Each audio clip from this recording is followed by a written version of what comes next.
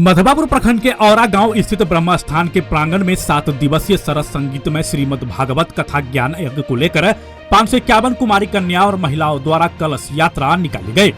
वैदिक मंत्रोच्चार के साथ अयोध्या के कथा व्यास श्याम जी महाराज के सानिध्य में भागवत कथा के पुस्तक की पूजा अर्चना कर मुख्य यजमान रामकिशोर शाह और अनिल शाह द्वारा संकल्प लेकर कलश शोभा यात्रा निकाली गई, जो गाजे बाजे के साथ यज्ञ स्थल से निकलकर बलवा गांव का परिभ्रमण करते हुए सहार घाट स्थित धौस नदी किनारे पहुंचे, जहां अयोध्या से आए हुए पंडितों द्वारा वैदिक मंत्रोच्चार के साथ जलबोझी कराया गया, जिसके बाद पुनः यज्ञ स्थल पहुंचकर कलश को स्थापित किया गया।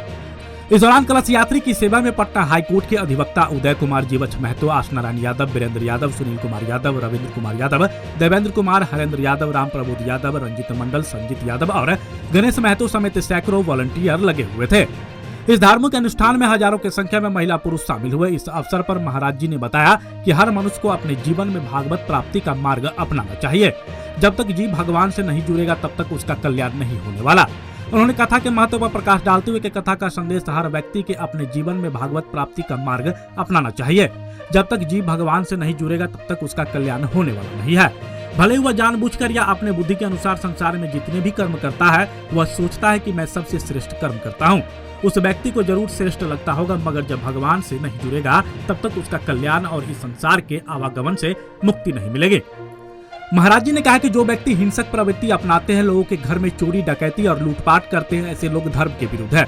यह धर्म से जुड़े हुए लोग नहीं है। अगर यह भी जाकर के कथा सुन और सुनकर अपने जीवन में उतारे तो भी अहिंसक हो जाएगा और इसका भी कल्याण होगा। साथ ही समाज में सुख समृद्धि बनी रहेगी। कोई भी इंसान जब तक भगवान से नहीं जुड़ेगा तब तक उसको जीवन जीने की शैली और कला पता नहीं चल पाएगी। इसलिए यह कथा जीवन कैसे जीना है सिखलाती है। मौके पर समस्त ग्रामवासी उपस्थित रहे। महाराज जी बताएंगे, आज से जो है श्रीमद् भागवत कथा का यहाँ आयोजन हो रहा है जी, क्या कहना चाहेंगे? रामाय रामभद्राय रामचंद्राय वेदसु रघुनाथाय नाथाय श्री सीताय पते बोले वृंदावन बांके बिहारी लाल की जय। ये कार्यक्रम जो आज से प्रारंभ हो रहा है, संगीत में श्रीमद् भागवत कथा का भव्य आयोजन है जी। इस आयोजन के मुख्य कार्यकर्ता हमारे बड़े ही लाडले, बड़े ही प्यारे बाबू अनिल जी, जो कि इस कथा की व्यवस्था को संभाल रहे हैं, और उनके साथ में सहयोगी गण सभी को ये दास श्याम जी बार बार साधुवाद प्रदान करता है। और इस मधुबनी जिला के और नगर के जितने भी श्रोता बंधु हैं, जितने भी भक्तगण हैं, भगवान की कृपा के जितने भी रसिक हैं, सब आकर के श्रीमद् भागवत महापुराण की अमृतमयी कथा में गोता लगावें और अपने जीवन को धन्य बनावें। क्योंकि कहते हैं कि भाग्योदयेन बहुजन्म समर्जितेन सत्संगमं च लभते पुरुषो यदावि अज्ञान हेतु कृत मोह मदांधकारम नाशम विधाय ही तदोदयते विवेका। कई जन्मों के पुण्य जब उदय होते हैं मेरे प्यारे, तो भगवान की ऐसी कृपा होती है कि भागवत कथा श्रवण करने का अवसर मिलता है। और ये हमारे अनिल बाबू के अथक प्रयास से ये कार्यक्रम आज से प्रारंभ हो रहा है। 551 कलश के द्वारा, सौभाग्यवती स्त्रियों के द्वारा, कन्याओं के द्वारा कलश शोभा यात्रा भी कुछ ही क्षणों में प्रारंभ होगी। और 17 तारीख से शाम 4 बजे से संगीतमय श्रीमद् भागवत कथा का भव्य आयोजन है।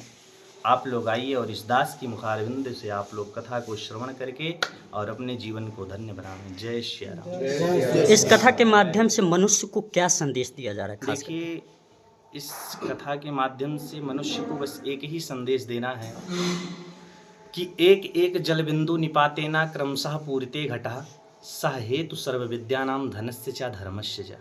जिस प्रकार से एक एक बूंद जल घड़े में इकट्ठा करने से घड़ा कभी न कभी भर जाया करता है, एक एक श्लोक, एक एक चौपाई याद करने से व्यक्ति कभी न कभी विद्वान बन जाया करता है, उसी प्रकार भगवान की थोड़ी थोड़ी भक्ति कर लेने से, थोड़ी थोड़ी कथा श्रवण कर लेने से कभी न कभी वो मेरे बांके बिहारी का परम भक्त बन जाया करता है। बस इतना सा निर्देश है कि अपने जीवन को धन्य बनाने के लिए भगवान के शरण में पहुँच करके, क्योंकि अंत में केवल परमात्मा ही कार्य आते हैं। धनानि भूमौ पशवस्य गोष्ठे नारी गृहद्वारे जनः शमशाने देहश्चितायाम परलोक मार्गे धर्मान गो गच्छत जीवेगा। धन दौलत संपदा आपकी शोहरत सब कुछ यही पड़ी रह जाती है। जो पत्नी सबसे प्रिय होती है वह मृत्यु के बाद शमशान तक नहीं जाती है, परिवार का साथ छूट जाता है, पड़ोसी जला के चला आता है।